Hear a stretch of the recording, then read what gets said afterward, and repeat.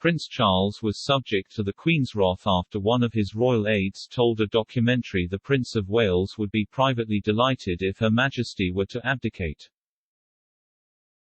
The Queen is understood to have reacted furiously to the comments, made on TV, which highlighted Charles' impatience to get on with the job.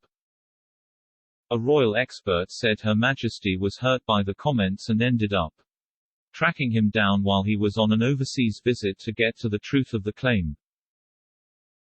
The incident was documented in a new biography of the Queen by Matthew Dennison, who said Prince Charles rushed to publicly apologize for the comments.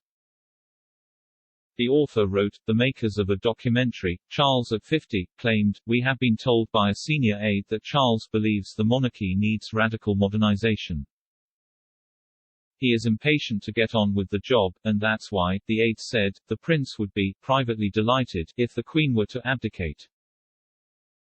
Hastily, Buckingham Palace and St. James's Palace issued a joint statement explaining that Charles had telephoned Elizabeth to express his distress.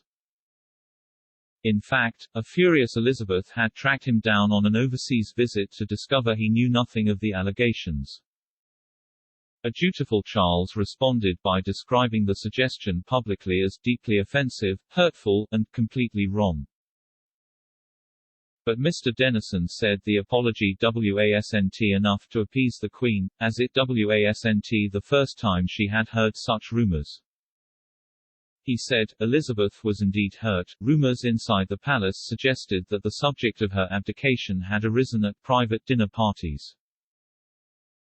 When pressed further on the matter by Express.co.uk, Mr. Dennison said discussions of the Queen abdicating and Prince Charles ascending the throne early had existed since as early as 1982.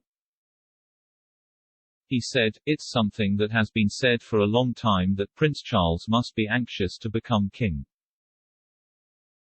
The first reports that I found about suggestions that the Queen abdicate in Prince Charles's favour date from 1982, so when she had been on the throne for 30 years and shortly after the marriage of Charles and Diana." But he said the reports originated from the press, rather than directly from Buckingham Palace of Kensington Palace, the official residence of Prince Charles at the time.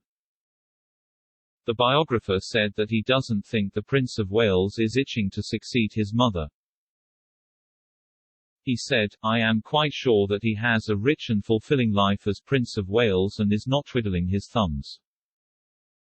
What we don't have here is the equivalent of Hugh Laurie in Blackadder, who is just waiting for his parent to die to jump on the throne.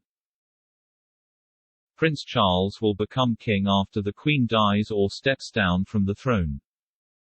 He is the longest-serving heir apparent to the British throne in history, having held the role for more than 68 years. Next year the Queen will celebrate her Platinum Jubilee, marking 70 years of devoted service to the Crown.